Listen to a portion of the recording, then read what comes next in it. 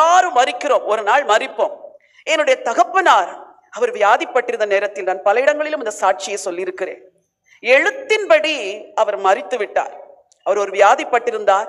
ஒரு அறுவை சிகிச்சை நடந்தது. அவருடைய அறுவை சிகிச்சை நடந்த அன்று அந்த மருத்துவமனையிலே நான் டியூட்டி டாக்டராக இருக்கிறேன்.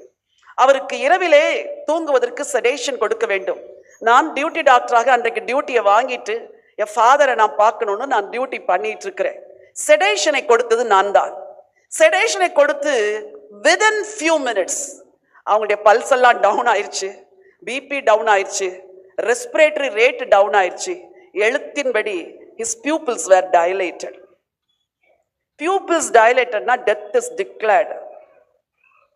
எனக்கு வானமே நிலைகுலைந்தது போல ஒரு சூழ்நிலை. ஆண்டவரே, வேறு யாராவது செடேஷன் கொடுத்து என் தகப்பனாருக்கு இது நடந்திருந்தால் நான் ஏற்றுக்கொள்ளுவேன். ஆனால் நான் வேண்டுமென்றே இன்றைக்கு டியூட்டி எனக்கு கேட்டு வாங்கி டியூட்டியில இருக்கும் பொழுது என் தகப்பனை நான் கவனிக்க வேண்டும் என்று டியூட்டி கேட்டு வாங்கி அவருக்கு நான் கொடுத்த செடேஷன் இல்லை, என் தகப்பன் மரித்து போனது என்னால் ஏற்றுக்கொள்ளவே முடியாது. அனஸ்தெட்டிஸ்ட் சர்ஜன்ஸ் எல்லாம் போயிட்டாங்க. அவங்க திரும்பி வரணும்னா 15 மினிட்ஸ் ஆகணும். இம்மீடியட்டா ரெசசிட்டேஷன் பண்றதுக்கு என்னெல்லாம் உண்டோ எல்லாம் செஞ்சுட்டோம், ஒன்றும் நடக்கலை. இந்த நேரத்தில் நான் ஒரு புத்தகத்தை படித்தேன். டாக்டர் பால் யாங்கிச்சோ எழுதின ஒரு புஸ்தகத்தில் அவருடைய மகன் மரித்து விடுவான்.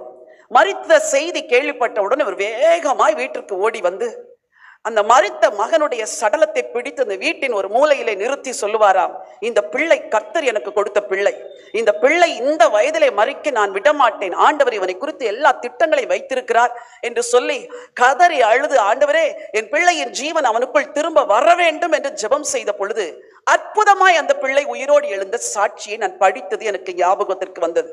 உடனே முழங்கால் படியிட்டேன், ஆண்டவரே எனக்கு ஒரே ஒரு முறை இறங்கும், வாழ்நாளெல்லாம் நான் குற்ற உணர்விலே செத்து விடாதபடி, என் தகப்பனை நானே ஊசி போட்டு மரணத்திற்கு தள்ளிவிட்டேன் என்ற ஒரு நிந்தை எனக்கு வராதபடி நீர் எனக்கு இறங்கித்தான் ஆக வேண்டும்.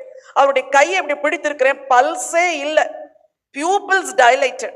கதறி அழுது என்னோடு இருக்கிற ஸ்டாஃப் நர்சஸ் எல்லாம் சேர்ந்து ஜெபம் பண்ண ஒன்னே ஒன்ன சொன்னேன், இவருடைய ஜீவன் இவருக்குள் வரணும் ஆண்டவரே, இவருடைய உயிர் இவருக்குள் வரணும், என் தகப்பன் எனக்கு வேண்டும், அவரை நீர் எழுப்ப வேண்டும்.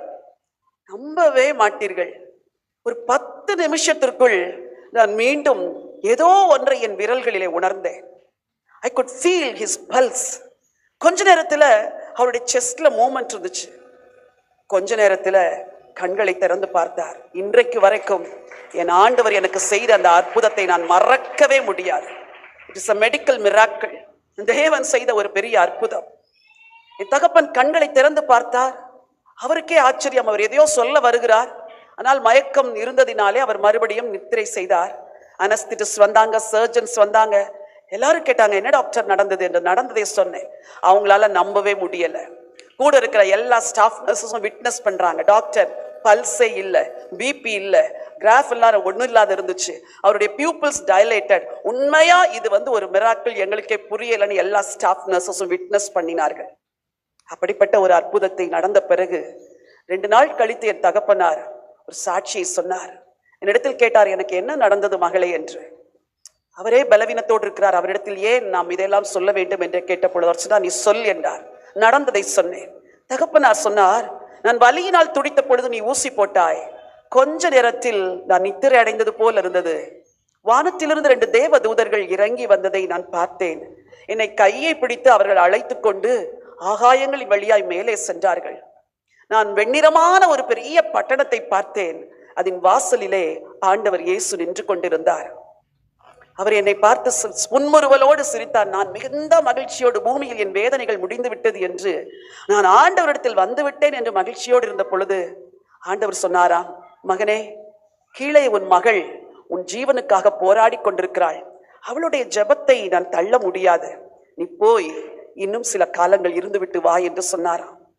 தகப்பனார் துக்கத்தோடு அந்த வார்த்தைகள் முடிப்பதற்கு முன்பதாகவே தேவதூதர்கள் மறுபடியும் அவரை அழைத்து கொண்டு வந்த பொழுது அவர் சொன்னார், என் ஆவி என் சரீரத்திற்குள் புகுந்து செல்வதை என் கண்களினால் பார்த்தேன் என்று. தகப்பனார் ரொம்ப பக்தி உள்ளவர் அல்ல, நான் மிகவும் ஆண்டவரை நேசிப்பவர்கள், வேதத்தை வாசிப்பார்கள், ஜெபிப்பார்கள், இப்படி சூப்பர் நேச்சுரல் எக்ஸ்பீரியன்ஸ் எல்லாம் அவர்கள் கிடைத்ததே இல்லை. முடிவில் என் தகப்பன் எனக்கு ஒரு காரியத்தை சொன்னார், மகளே, there is a life after death. மரணத்துக்கு பிறகு ஒரு வாழ்க்கை உண்டு என்பது நிச்சயம். நான் போய் அந்த பரலோக வாழ்வை பார்த்து விட்டு வந்தேன். நீ ஏன் என்னை அழைத்தாய்? நான் துன்பம் நிறைந்த அந்த வாழ்க்கையை விட்டு அங்கே போயிருப்பேனே. ஆனாலும் நான் வந்ததற்கு ஒரு நோக்கம் உண்டு. You have to go everywhere and preach that there is a life after death. நீ எல்லா இடத்துக்கு போய் மரணத்துக்கு பிறகு ஒரு வாழ்க்கை உண்டு என்பதை எல்லாருக்கும் சொல்ல வேண்டும் என்று சொன்னார்கள். அதன் பிறகு 3 மாதங்கள் தான் உயிரோடு இருந்தார்கள். 3 மாதங்களுக்குள் கர்த்தருக்குள் நித்திரை அடைந்து விட்டார்கள். இன்றைக்கு யோசிக்கிறேன், என் தகப்பன் எனக்கு சொன்ன செய்தியைத்தான் இன்றைக்கு உங்களுக்கும் சொல்ல விரும்புகிறேன். There is a life after death. மரணத்துக்கு பிறகு ஒரு வாழ்க்கை இருக்கிறது. இந்த பூமியிலே உங்களுக்கு எல்லாவற்றையும் உயிர்ப்பிப்பார். ஆனால் புவி வாழ்வு முடிந்த பிறகு நீங்கள் உயிரோடு எழும்புவீர்களா, பரலோகம் செல்லுவீர்களா என்பதை இன்றைக்கு தீர்மானியுங்கள். அதற்கு ஒரு தீர்மானத்தை எடுங்கள். ஆண்டவருக்காய் வாழ தீர்மானம் எடுங்கள். வசனத்தின்படி வாழ தீர்மானம் எடுங்கள். வசனம் சொல்லுவதை கேட்க தீர்மானம் எடுங்கள். ஆண்டவர் இந்த தீர்மானத்தை அங்கீகரிப்பார். நீங்கள் மட்டுமல்ல, உங்கள் சந்ததி, உங்கள் தலைமுறையில் ஒருவர் கூட நரகத்திற்கு போகக்கூடாது. ஆண்டவர் இயேசு அதற்குத்தான் சிலுவையிலே ரத்தம் சிந்தினார்.